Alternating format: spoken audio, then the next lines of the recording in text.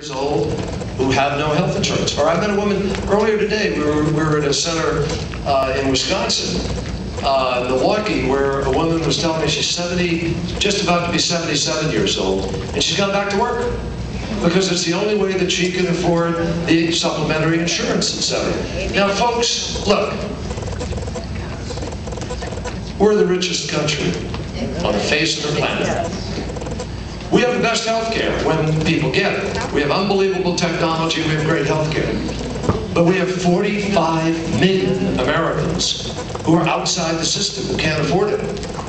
And we have a whole bunch of folks who are so squeezed now that they can't keep up with it. Health care costs went up 50% last year. Gasoline went up 31%. If you have a teenager in the household, that's almost $1,000 extra a year in your household that you're paying. And tuitions at school, colleges, went up 35%. Prescription drugs went up originally 12%, now even more. So you start adding it up, but then you balance it all against what? Wages went down. The income of Americans under George Bush has gone down, and costs have gone up, and the jobs that people are getting today are paying less.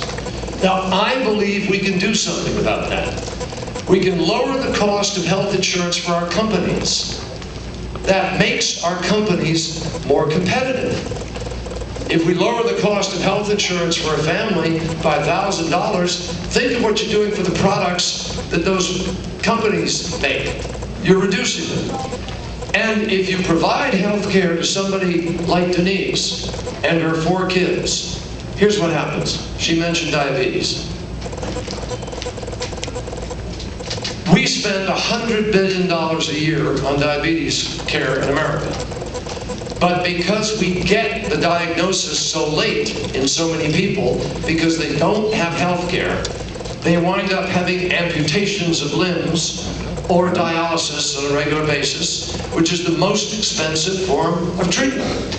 But if you get early diagnosis and you know what's happening, because you've got a program where you regularly go and you're not scared away, because every time you go you wind up with a $179 debt and bill,